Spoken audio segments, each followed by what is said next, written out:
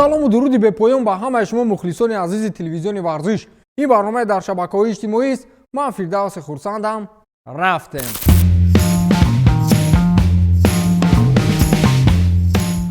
ягон нафар баҳс намекунад ки Лео Месси беҳтарин бозингари Ла Лига аст. аммо Трансфермаркт сомонаи машҳуртарине ки нархи футболбозонро муайян мекунад, дар рӯйхати қиматтарин футболбозони дастаҳои испанӣ ӯро баъди ду бозингари дигари Премера Испания мондааст.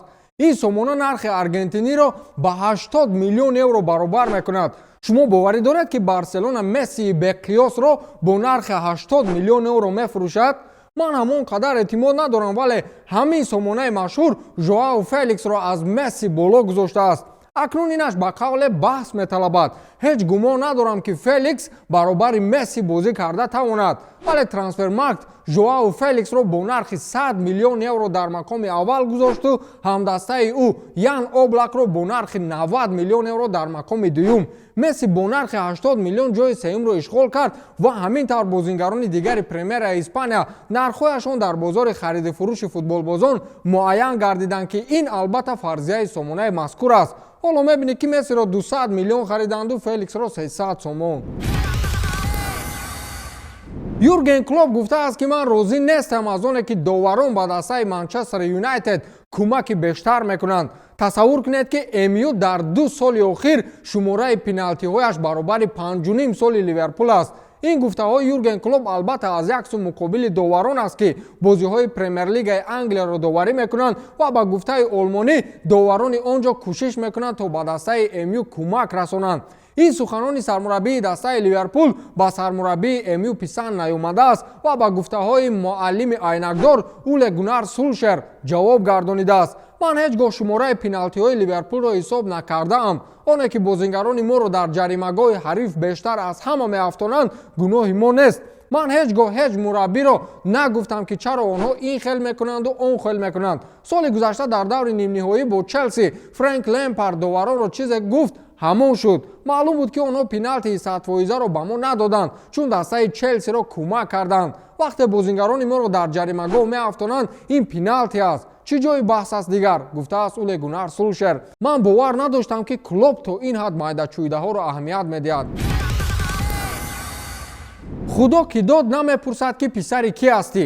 ҳамин хел мақол аст ку дар гуфтори мардуми худамон. ба ҳамин монанд аз як зани канадагӣ қисса мекунем ки дирӯз дар як лаҳза ба кулли зиндагиаш тағйир ёфт. дар ҷоми ҷаҳон оид ба хоккей миёни ҷавонон Хейли Макнил ки аз музофоти Алберти Канада буд, дар лотареяи бурднок якбора 87 миллион доллар бурд кард ва 50% он ба қавли ҳаққу ҳалоли худаш гардид.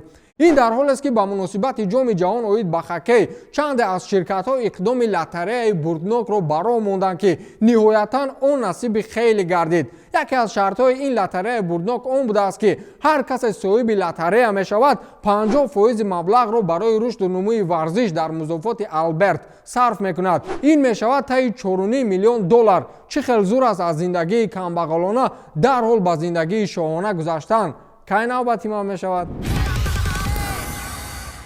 кору борҳои Бензема ба қавле безеб аст. ҳамон қазияи таҳдид ё худ шантаже ки соли 2015 миёни ӯву собиқ ҳамдастаи дигараш аз мунтахаби Фаронса Матио Валбуэна ҷанҷолҳои судиро ба бор оварда буд, як бор дигар рӯ зад ва ин навбат ба иттилои расонаҳои испанӣ кор хеле ҷиддӣ аст. шояд Бенземаро ин навбат муддати 5 сол паси панҷараи зиндон равон намоянд.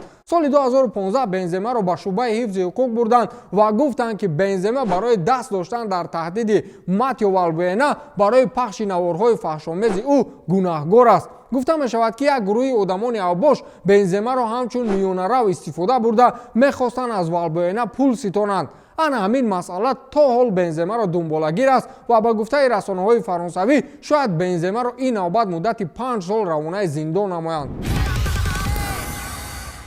با ҳамлагари дастаи Зенити Санкт Петербург дастаҳои олмонӣ мароғ зоҳир карданд. гумон мекунанд вақте аз олмон туро ба қавле суроғ мекунанд барои аз баҳри дастаҳои русӣ гузаштан фикр ҳам намекунӣ. ҳамлагари дастаи зенит Сардор Озмун метавонад ба дастаи Борусия Дортмунд гузарад. Борусия Дортмунд Сардор Озмунро ки бо номи Месси Эронӣ низ маъруф аст, ҳадафи асосии худ қарор додааст. тибқи маълумоти расонаҳо футболбози зенит аз ин пешниҳод хурсанд аст ва мумкин ба Борусия гузарад. дастаи шаҳри Петербург арзиши футболбозро 20 миллион евро арзёбӣ мекунад. дар расонаҳои иттилоотӣ хабари дигаре нашр гардид ки гӯё Диего Симеонеро аллакай ба мунтахаби Аргентина даъват карданд ва гумон меравад ки ин мутахассис шояд сармураббигии мунтахаби Аргентинаро рад накунад. инҷо масъалаи асосӣ ин аст ки шартномаи Диего Симеоне бо дастаи Атлетико тобистони соли 2022 қатъ мешавад. аммо ба иттилои пойгоҳи хабарии Эл Чирингито Симеоне муҳлати шартномаро интизор шуданӣ нест ва ҳамин тобистон ба курсии сармураббигии мунтахаби Аргентина менишинад. баъд мегӯӣ бо Месси ба қавле соз мегирад? инаш суоли асосист. ба ҳамин тамом, то дидори навбатӣ, хайр.